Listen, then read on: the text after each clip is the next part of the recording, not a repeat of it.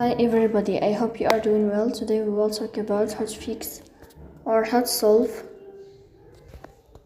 the problem of autoplay. Autoplay on the application of Gmail, you click on settings. Here we click on apps, default apps, app settings. On above you search for Gmail app and you click here.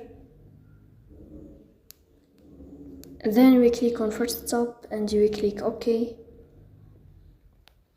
Here you will go to storage.